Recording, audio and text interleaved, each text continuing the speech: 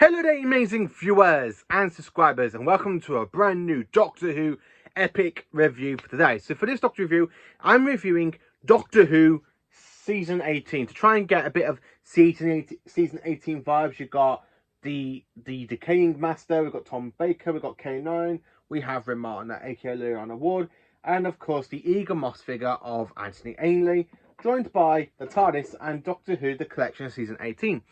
So what can I tell you about Season 18? Well, this season was broadcast back 43 years ago. Yes, so this from today, actually. It is the 43rd anniversary to this season. And this is one of my favourite seasons, I gotta be honest with you. It's not really in the top 3 of the Tom Baker seasons, but it's actually not as bad as some people think. I mean, my least favourite season for Tom is Season 16. And this one, yeah, you know, it's somewhere in between, around about Season 17 and Season 15. It could be before Season 15, it could be before Season 17, you never know. Season 18, so what can I do for you? So, I'm going to review each of the stories and see what I actually think of this season. So, are you sitting comfortably? And let's begin. So, way back in 1980, on the 30th of August, this season started to air with episode 1 of the story known as The Leisure Hive. And this story was actually broadcast from the 30th of August to the 20th of September 1980. And the story is, of course, The Leisure Hive. I'm going to be personally honest, this is my least favourite Tom Baker story.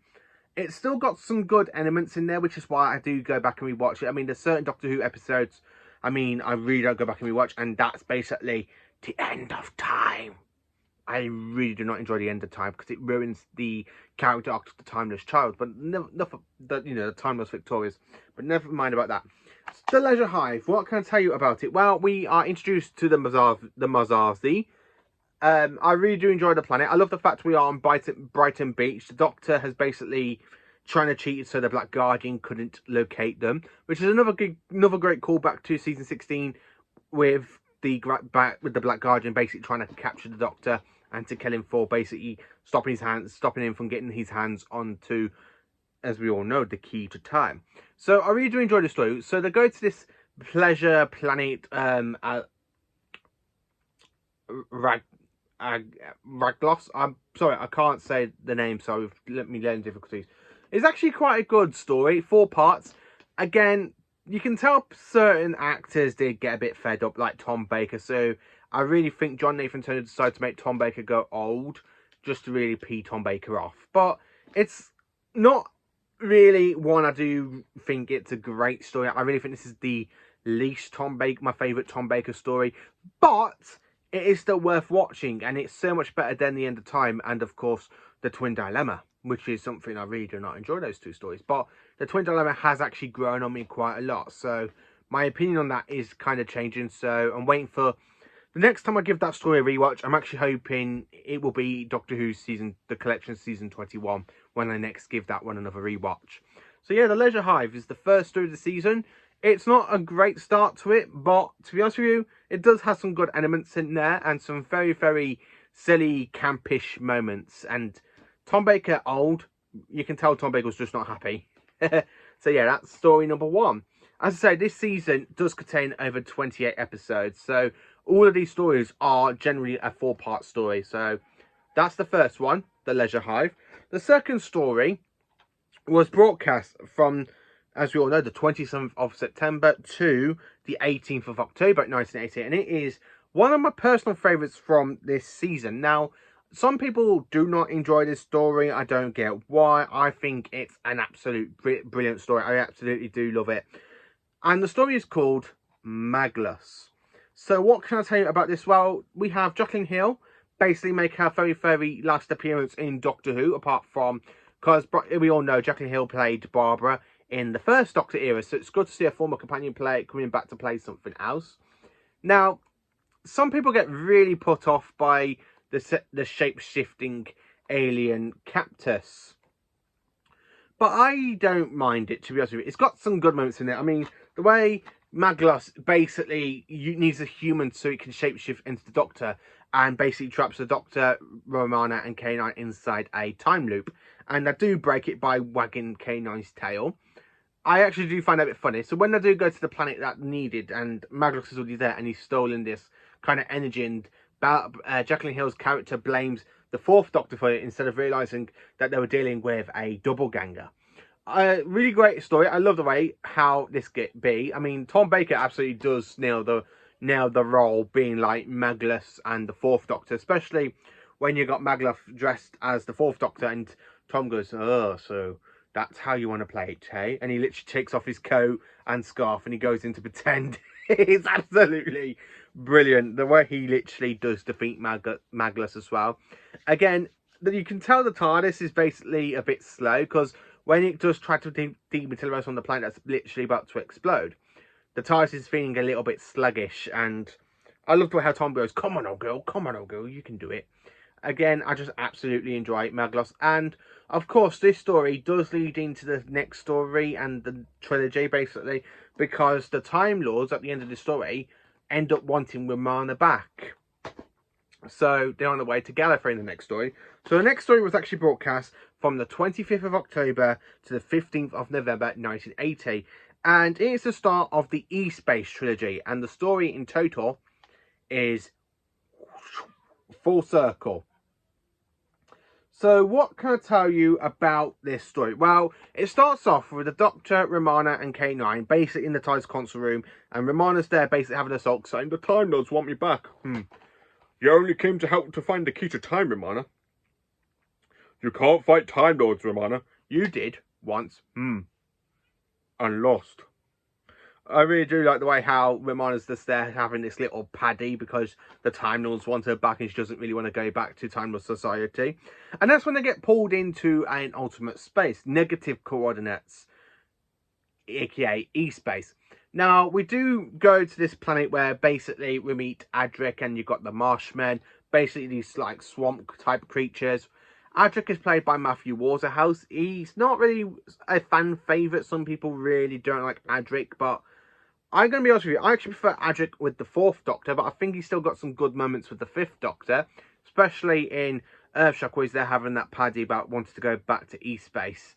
And the way you got the Fifth Doctor basically having a go at him, saying, "I will not do it, I will not go back into Espace." It's a really good way to see that, but Adric really does have a good connection with the Fourth Doctor. And of course, he does stole away, because he stoles away in the TARDIS after this adventure. So the characters you have on the Skyliner, they're actually quite a good bunch. It is an interesting story, especially when you got these like spiders and they bite Romana and basically starts to inflect her with whatever runs through the Marshmen. And she's basically the queen of the Marshmen. I have to be honest with you, it's good to see Adric make his debut, because Adric in this story is very, very good, actually. I really don't mind Matthew Waterhouse as Adric. Also, K9 does lose his head when he's there trying to follow the Marshmen into the cave, and they were going to use the TARDIS as a battling ram to ram into the Starliner. Yeah, but this story is absolutely quite brilliant. Absolutely brilliant. So, the next story after this was actually broadcast from the 22nd of November to the 13th of December 1980.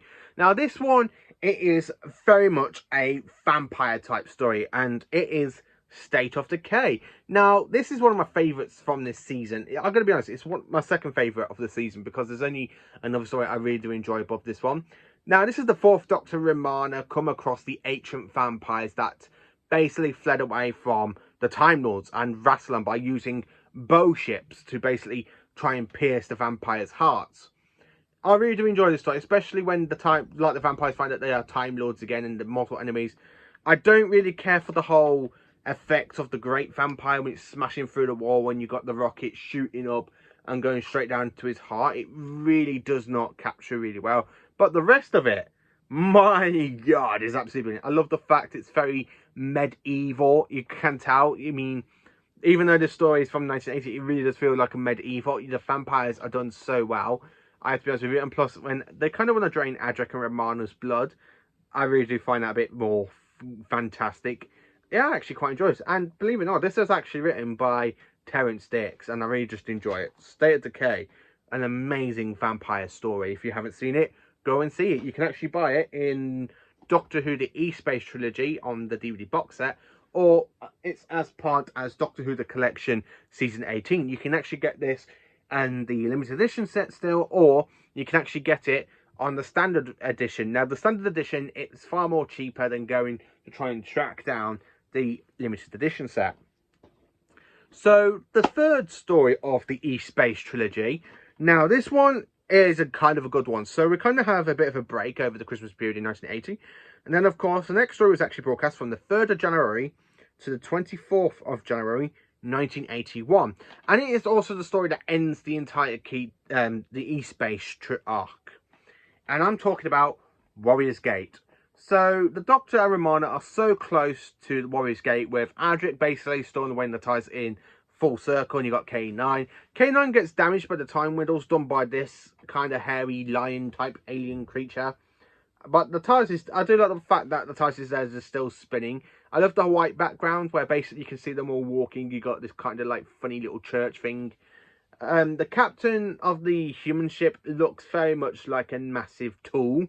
And I don't really care for him, his character. So I do like the fact he gets his comments in the end of the story. Now, this story sees the final appearance of Lyanna Ward as Romana 2. And we also say goodbye to K9. So after the Doctor departs Warrior's Gate, saying a quick goodbye to Romana and K9. And basically calls Romana, "I will miss you. You are known as Romana of the All." I really do like that. And of course, the Doctor and Adric do get back into our own end space. So yeah, I really do enjoy this story. It's not one of my favourites. It is my least favourite from the season, but it's a Tom Baker story. Even if a bad Tom Baker story is not as enjoyable as others, but it's still quite a little bit enjoyable because Tom Baker is an incredible incarnation of the Doctor, which is one of the reasons why I do enjoy rewatching it. And then, of course, we jump into story number 6, which was broadcast from the 31st of January to the 21st of February 1980. Now, this story sees the return of an old foe. Yes, we see the return of a very, very old foe since basically all the way back in season 14. And this old foe is the Master. And the story I'm going to be talking about right now is the Keeper of Traken. I got so many things to say about this. I'm trying to save my review for it because I actually have got a review to come out pretty soon of this story. So, Keeper of Traken. We see the return of the Master. We have the Master Titus, aka being the Malka. So the Malka is basically an alien statue using the Traken people. With basically having this woman named Cassia who believes that the Malka is more than a statue. Really, he is. He turns out to be a TARDIS in the end of part 4. I love the fact when the Master is revealed in part 4, he goes, "Well, Doctor, of course, the Master. Welcome to my new ship."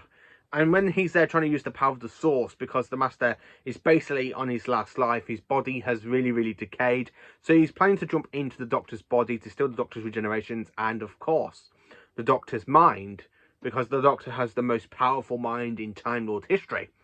So the Master basically wants to jump into the Doctor's body, but he is followed by Nyssa and Adric for tampering with the Source from Traken Source.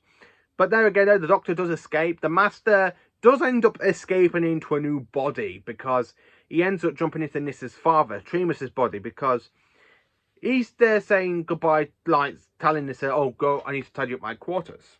And he's there saying, "I'll be there in a minute." And then, of course, he literally puts his hand on the clock and he goes, "Help, Nyssa!" And the way you hear the Master just come out saying, "So, a new body at last." And the way it morphs from Jeffney Beaver's incarnation of the Master into Anthony Ainley's younger version of the Master, and he goes, "So, a new body at last." And then you just have Nyssa going, "Father, where are you?" And that's how it ends. Really, that is. And then, of course, the 7th and final story of the season was broadcast from the 28th of February to the 21st of March, 1981. And it is Tom Baker's swan song as the 4th incarnation of the Doctor. It is Logopolis. Logopolis. What can I say about this? Well, it's my 3rd favourite story of this season. It's actually in the top 10 regeneration stories. I've just done a video posting on my top 5 regeneration stories, and this is actually in the top 10. I'm going to tell you where it is now because I'm not doing the top 10 regeneration story. It's actually in 6th place. Now, I really do enjoy this one. So, we go to Logopolis, where the Doctor is basically having to measure a police box so we can try and fix the TIE's chameleon circuit. It does go wrong because the Master does interfere with the power of Logopolis. Also, we do have some great moments where you've got a police box inside a police box inside a police box, where basically the Master materializes his TIEs around the police box when the Doctor's basically doing the same. So it ends up being like a quantum time loop sort of thing. Tegan we get introduced to, played by Jeanette Fielding, which is a kind of a good character. I do like Tegan. She's one of my favourite companions to the 5th Doctor. I really love the way how this story does play out, where you got the Doctor talking to the Watcher, and when Adric asks him, he goes, "I have to prepare for the worst." I really love the way how basically the Master's there destroying the universe by breaking the power of Logopolis. So they have to go back to the Earth to use the space antenna. And then, of course, the Master's there recording a message saying, "People of the universe, please do attend quietly because the future of you all..." And he goes, "The war is simple." So I really do like the way how the Doctor does stop the Master by pulling out the cable. But it does lead to the 4th Doctor's death, basically. When the Doctor's there hanging, you see most of the villains that the 4th Doctor fought, like the Black Guardian, like a Saigon, like the Master, the Decaying Master, like Daleks, Davros, Cybermen, Santarans. And then, of course, he does fall to his death. And as he's he's literally collapsed. He's there dying. And then you've got Nyssa, Tegan, and Adric going around by his body saying, "Doctor, Doctor." I love the flashbacks where you've got Sarah Jane, you've got Harry, you've got the Brigadier, you've got Leela, you've got K9, you've got Romana Mark 1, Romana Mark 2. And it cuts to Adric's voice and he just smiles. I like the way how Tom Baker just smiles and goes, "It's the end. The moment has been prepared for." The Watcher, and the Watcher just walks into the 4th Doctor's body, triggers the regeneration into the 5th Doctor. So yeah, I do quite enjoy Logopolis. So that's all 7 stories from this season that is actually on its 43rd anniversary. So to give you my top 3 stories of the season, now number 3, in 3rd place, it has to be Logopolis. I just really do enjoy Logopolis. It's my 3rd favourite story of the season. In 2nd place, it is State of Decay. And of course, we have my favourite story of the season, The Keeper of Traken. So, yeah, you know what? That's all the stories and basically my top 3. So, what else can I say about this season that makes it quite worth just going to get? Sorry. Well, as I say, it is Tom Baker's last season. It's actually quite good. Now, for me to rank the 7 seasons of Tom Baker, so in 7th place, I have to say it's season 16. Then, of course, in 7th place, I have to put season 15. I do quite enjoy season 15 a lot more than season 16. I am sorry to say that, but some people will probably be annoyed I put 15 this low, even though it does have some whopping stories like Horror Fan Rock and The Invisible Enemy. And, of course, Image of Fandel, which are 3 great stories. In 5th place, I'm going to have to be honest with you, it is season 17. I do quite enjoy season 17 a lot more than I used to. I'm currently giving it a rewatch. I'm literally on Nightmare of Eden at the moment, so I am rewatching it on the Blu-ray. So I'm loving this rewatch of season 17 I'm watching at the moment. In 4th place, it has got to be season 14. Season 14, it is Tom Baker's 3rd season. It's got some good stories in there, like The Deadly Assassin, The Face of Evil, The Robots of Death, and The Talents of Wing Chiang. We do have one boring story in it, which is The Mask of Mandragora. And it does have The Hand of Fear, Sarah Jane Smith's last story, so it's quite good. And then, of course, above season 14 in 3rd place, we have to have season 18. So this is in the top 3 seasons for me to what I enjoy from the 4th Doctor's era. Now, this season, I love season 18 because I love Tom Baker's outfit. I do really want to cosplay the outfit of the 4th Doctor at this point. It has some great stories, as I just mentioned. It has the Keeper of Traken, which is an incredible Doctor versus Master story, especially that we don't know it's the Master until part 4. Then, of course, we do have Logopolis and State of Decay. In 2nd place for the seasons, it's got to be season 12. I do really enjoy Tom's 1st season. It's absolutely brilliant, but it's not as good as my favourite season for Tom, which is season 13. So yeah, season 18, it's my 3rd favourite season of the Tom Baker era. It's the very first season to come out in the 80s, and it's in top 3 for me, because I just absolutely do enjoy it. So yeah, that's the story. So yeah, happy anniversary, Doctor Who season 18 for your 43rd anniversary.